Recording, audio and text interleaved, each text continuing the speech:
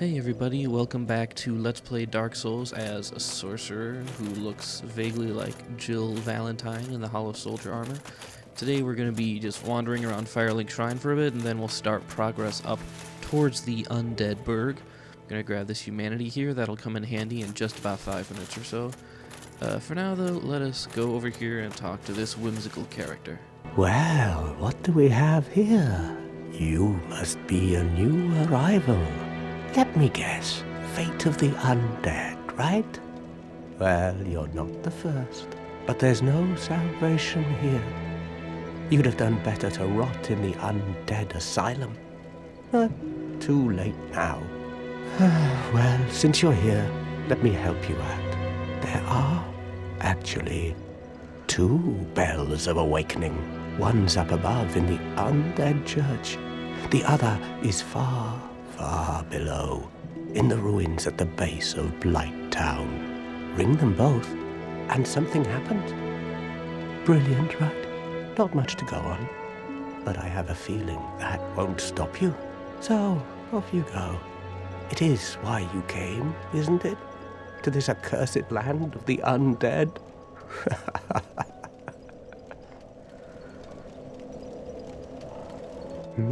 What? You want to hear more? Oh, that's all we need. Another inquisitive soul. Well, listen carefully then. One of the bells is up above in the undead church, but the lift is broken. You'll have to climb the stairs up the ruins and access the undead burg through the waterway. The other bell is back down below the undead burg, within the plague-infested Blight Town. But I'd die again before I step foot in that cesspool. Okay, there is nobody on Earth who actually speaks like that. It's just this enormous amount of whimsy in the British slow-talking voice. It's like he was plucked straight out of a Don Bluth cartoon. If you can talk to him a whole bunch of times, and he's going to give you some vague advice, some vague direction about where to go, and sometimes where you can find other characters so you can save and bring back to Firelink Shrine. We'll be seeing a few of those throughout the game. For now, I'm just looking through the ruins of this Firelink Shrine, and here comes this guy. Let us talk. Hello there. I believe we are not acquainted. I am Petrus of Thurland. Have you business with us? If not, I prefer to keep a distance, if possible. Hello there. I realize that I have requested that we retain our distance, but I also want you to know that it is not meant in ill will. Here, take this, as a token of peace. No, go ahead. It's for you. Yeah, copper, oh man, he's giving us an entire copper coin. What a nice guy. I have no idea what a copper coin actually does. I assume you just feed it to somebody else for souls later. Anyway, that guy, you talk to him later in the game and you get miracles, which we're a sorcerer, we're not a cleric, so miracles are not right away part of our repertoire. I may be dealing with them a bit further down the line, but probably not. I don't know. I'll have to see how the game goes. For now, I'm just focused on intelligence and leveling that up to a satisfactory point. And even more right now, even nower, I'm just wandering around Firelink Shrine, grabbing things. Here's a big old collection of things here. Start with some cracked red eye orbs that lets you be a jerk and invade other people's worlds to try and kill them. Morning Star and a talisman. A talisman is what lets you cast miracles. What we have is a catalyst, which lets you cast sorceries. There's also another kind of pyromancy flame, which we'll discuss later. Right now, we're just looking at my stats. I can't wield the Morning Star yet, so I'll leave it alone. Treasure chest. Here's a homeward bone. These are going to be coming really useful in actually just a few minutes. Those let you warp back to the last bonfire you visited. And lastly, we have Lloyd's Talisman. This prevents anybody in your immediate area from drinking Estus flasks for a short period of time, which is not just useful in PvP, where Well, I guess people don't really Estus very much in PvP. They can't really by the laws of the game, but there are enemies who can Estus. So it would be useful against them. They also have another use that I'll point out once we get to a certain point in the game. Anyway, right now I am getting chased by horrifying, scary skeletons who are going to flay me in half. So, just grab a few souls from the Firelink Cemetery, and now I'm headed back towards the bonfire. Just run as fast as I can. Well, not really as fast as I can. Really, I should have been running faster. But whatever, I made it here, and I can't use the fire. You have 2 seconds to guess why. Yep, time's up, and you were all right. So, let that be lesson 1. Do not assume a bonfire will make enemies disappear, because if they're too close, the bonfire will disappear. Also, try not to go into the cemetery that earlier in the game unless you are able to just seriously book it all the way back to the bonfire to avoid what just happened to me. Fortunately, my bloodstain's right there, so I recover my souls, but that humanity I used up is now gone forever, so I have to use this other humanity we picked up. And let's unhollow again. Pop. And we're back. So, now that I've done that, and died and humiliated myself appropriately, there is one other part of the Firelink Shrine that we're going to take a quick look at, which is this pool here. And I totally forgot to go and do this during the actual game, but you see that open chest there just a second ago? For the longest time I had absolutely no idea what that did, but then I watched one of Epic Name Bro's videos, and he pointed out that if you drop any really key items in your playthrough that you can't get again that are story important, they will appear in that chest for you to pick up, which is really interesting. Yeah, if you're looking for good Dark Souls videos to watch, you should definitely check out Epic Name Bro on YouTube, and oh hey, it's a Bell of Awakening. Somebody managed to ring the Bell of Awakening in another game. Anyway, Epic Name Bro, he's really good at the game, and he really knows his backstory, his lore. The community has pieced together a lot of what actually happens in the background of the game that isn't explicitly stated, and he goes over a whole lot of lore in his videos, and it's really interesting to listen to if you are interested in the story of Lordran and etc. So right now, where am I going? I am headed down, and I'm going around, and then I'm going to go down some more, and then we're going to end up in a place called the New Londo Ruins, which you'll see in just a second. And whoa, you get like motion blur. This is a really fast-moving elevator. I'm impressed by the level that elevator technology has advanced to, even in this particular place and time. It's rather impressive. It's like steampunk elevators almost. And right here I pass by an item that I'm going to run back and get later because I don't know where I'm going. Anyway, yeah, the New Londo Ruins. This place is dark and it's scary, and you might think that this is a place that is a bit too much for you to take on at this beginning stage, and you would be completely right. This is not where you go. It is where I go, though, because I am crazy, and there are a couple things that I want here. One of them was that soul of a nameless soldier. That ends up giving you 800 souls, which is about 8 Oscars. So a nameless soldier is 8 Oscars. There's also this guy. Well, this is unusual. You haven't lost your head. And more importantly, you're free. How on earth? Well, I shouldn't pry. I'm Rickett of Vinheim. I was once an established smith, though. Look at me now. Can you believe it? What is it? Have you? Oh no. Don't worry. I've no intention of escaping.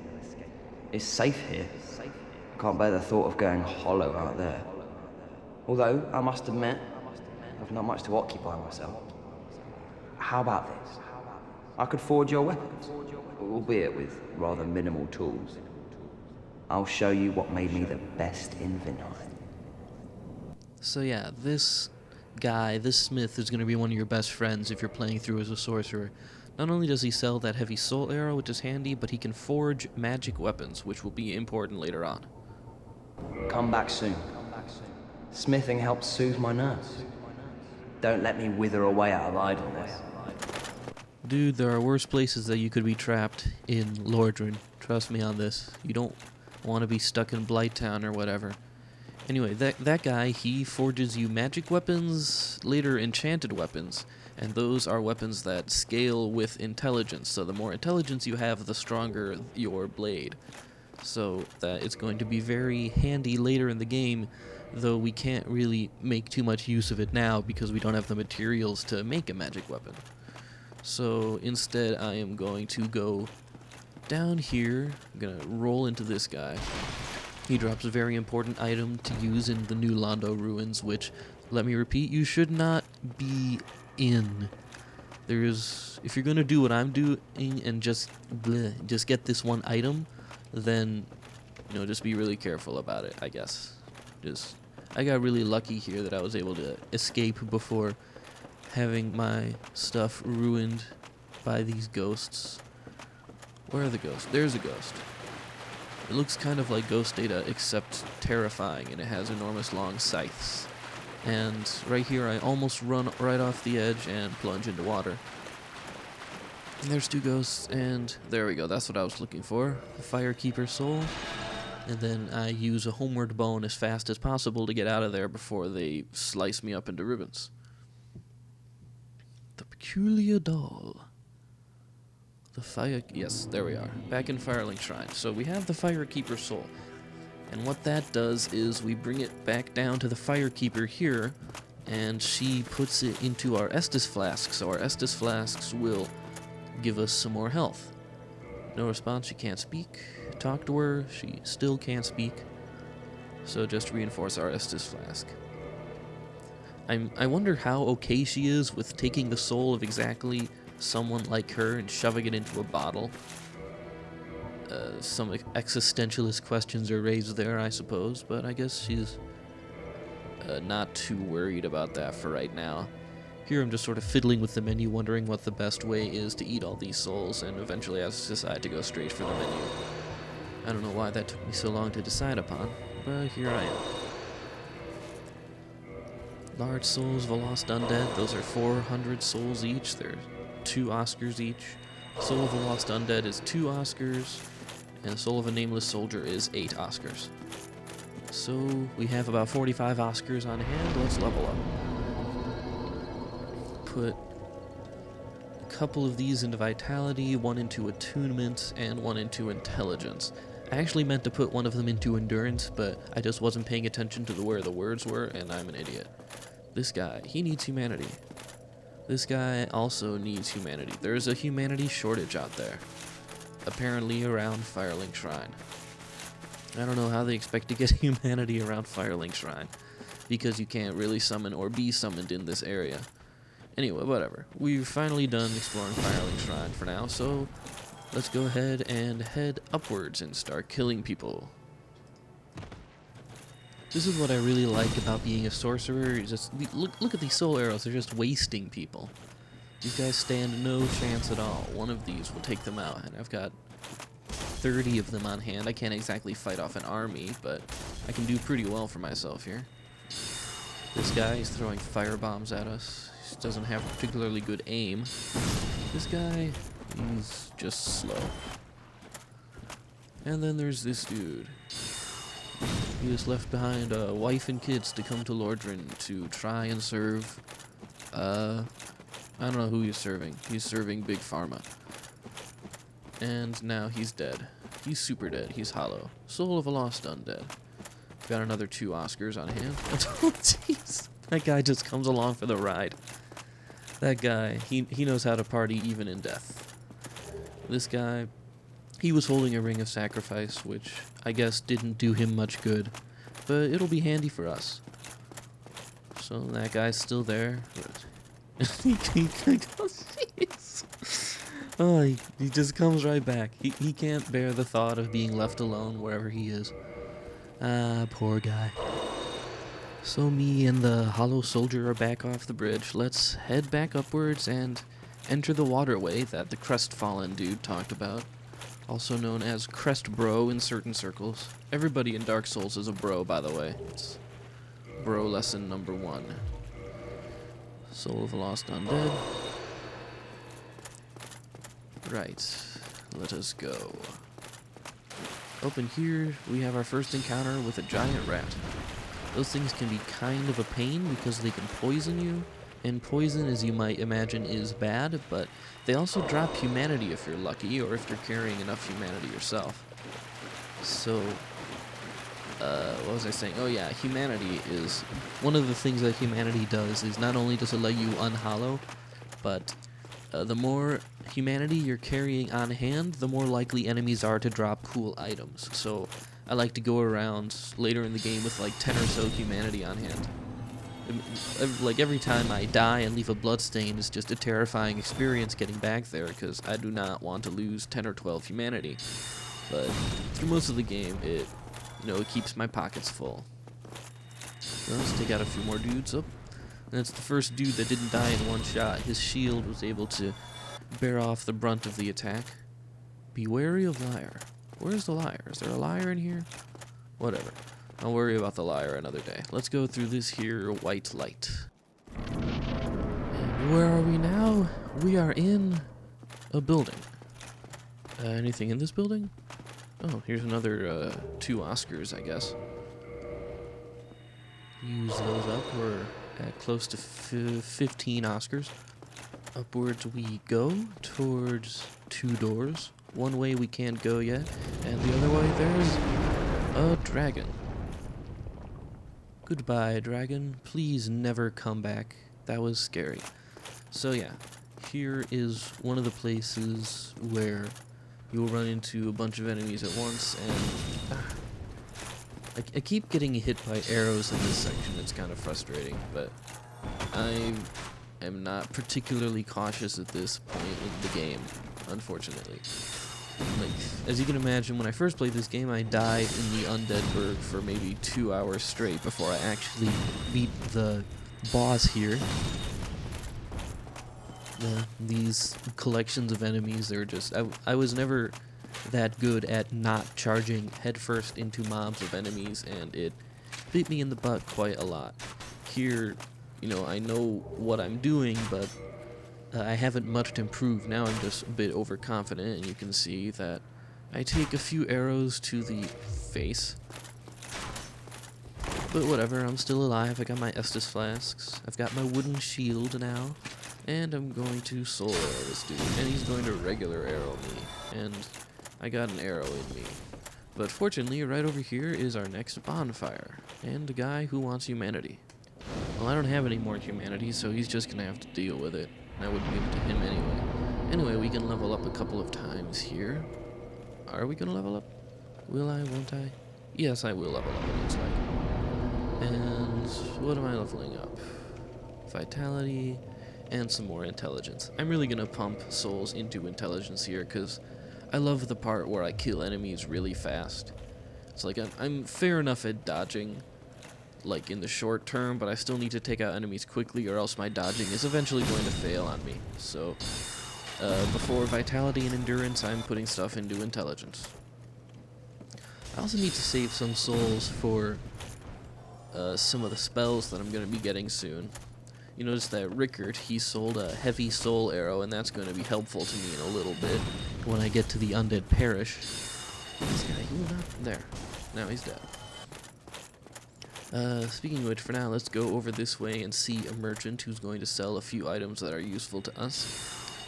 Take out these dudes here. This is one of the great things about being a sorcerer, is that you can be close enough to attack, but still far enough that they haven't put up their guard yet, which is how these guys with these huge shields still manage to die in a single hit. And back here, here's another dude. He tries to kill me. He's not very good at it. And, okay, let's go the other way. And this is the first merchant that we will meet. Well now, you seem to have your wits about you, hmm? Then you are a welcome customer. I trade for souls. Everything's for sale. So yeah, the first important item that he sells here is an orange guidance soapstone, which you can buy pretty cheap, and it lets you drop messages onto the ground or rate other people's messages. He also sells an assortment of simple weaponry. This club I'm looking at because I'm wondering about its stats for something a bit later in the game. Arrows, chain stuff. Thank you kindly. You're welcome. Anyway, something to note is that he sells the residence key, and most of the doors that the residence key opens, the master key also opens, but there's one in particular that you can open only with the residence key, and if you're playing a sorcerer, it's a pretty important door. So even though we have the master key, we're going to have to go back later and get the residence key once we start going down towards the second Bell of Awakening. For now, we're just gonna bum around the Undead Burg a bit more. I don't know if any of the stuff I'm doing is strictly necessary. Like, here I'm picking up some throwing knives and a crossbow and stuff, and I don't know if I'm ever gonna be using any of that. I never much liked crossbows. Regular bows always did it for me. But alright, let's get some speed up. Let's make this jump. Yeah, America. Can do anything. And here we go. This is the first crossbow we come across, a light crossbow and 16 standard bolts. A crossbow takes bolt, a bow and arrow takes arrows. And down I go. Oh, I forgot. These guys. I rested at a bonfire, which means that all these enemies came back, and at the time, I did not realize it at all. And so that was quite a surprise when a guy jumped forward and, tried to split me down the middle. But I'm still alive because they don't do that much damage, and I'm also amazing. Here's another guy down here, and we're just gonna get the drop on him real quick. Do a plunging attack with a dagger, which still can't kill him, which is kind of sad. Anyway, right before this open area is this really easy to miss door that I never even saw until it was pointed out to me by Epic Name Bro. And that's how you get this item over here, this Soul of a Lost Undead that you've probably seen several times going through the Burg. At least I have. Here. Where do these stairs go, Ray? They go up. But no, they don't actually go anywhere. It's kind of bizarre. It's like Winchester Mystery House sort of stuff going on here. And here come a couple of dudes. I'm not going to bother wasting soul arrows on these guys. I'm just going to stab them. They go down easily enough with the dagger, and at the time I thought I was going to conserve some soul arrows for the respawned enemies right before the bonfire, but I killed them after I went to the bonfire, so they're still dead, so I'm sort of saving soul arrows for nothing right now, and I don't really realize it. But, you know what, whatever. Sometimes you just gotta pull out a dagger and stab something, even if it is a slightly inefficient way of going about it. Oh, this guy's waiting to... well, too bad. Wanted to try and surprise me, but no, he's not getting any of that. Stab this dude. Oh, there's another dude. Oh, some more dudes. Stab that dude, slice him up. And this dude, will give him a backstab. Alright, so what were all these people guarding exactly? They were guarding trash. I went through that for trash. But actually, we go up here and we get a better prize. But I always thought that was kind of interesting. You pick it up and it's rubbish and people start climbing around you and god damn it, you've been had. Thought that was a good, nice troll. You will see at least one more troll like that in the course of our game. Anyway, I grab a humanity and I immediately use it because I want my drop rate to start increasing as soon as possible. Some barrels. There are barrels everywhere, but nothing in them. I don't know, maybe they were carrying fruit and they all dissolved away. I don't know. Maybe the barrels are undead too. They used to have contents. They used to be fulfilled. But now they are simply worthless husks of barrel, trapped in an endless nightmare, being rolled into and stabbed up by jerks like me. But enough about barrels. Back at the bonfire, we're gonna level up. Here I'm trying to figure out why I have 4 endurance slots, and that's 4 attunement slots, and that's when I realized that I upgraded my attunement instead of my endurance a little while ago. Alright, so I ponder going back out for more, but nah, this video is nearly 30 minutes long, so I'm just gonna cut it short here, I think. So next time we're gonna go further into the Undead Burg and maybe fight our next boss. See you guys later.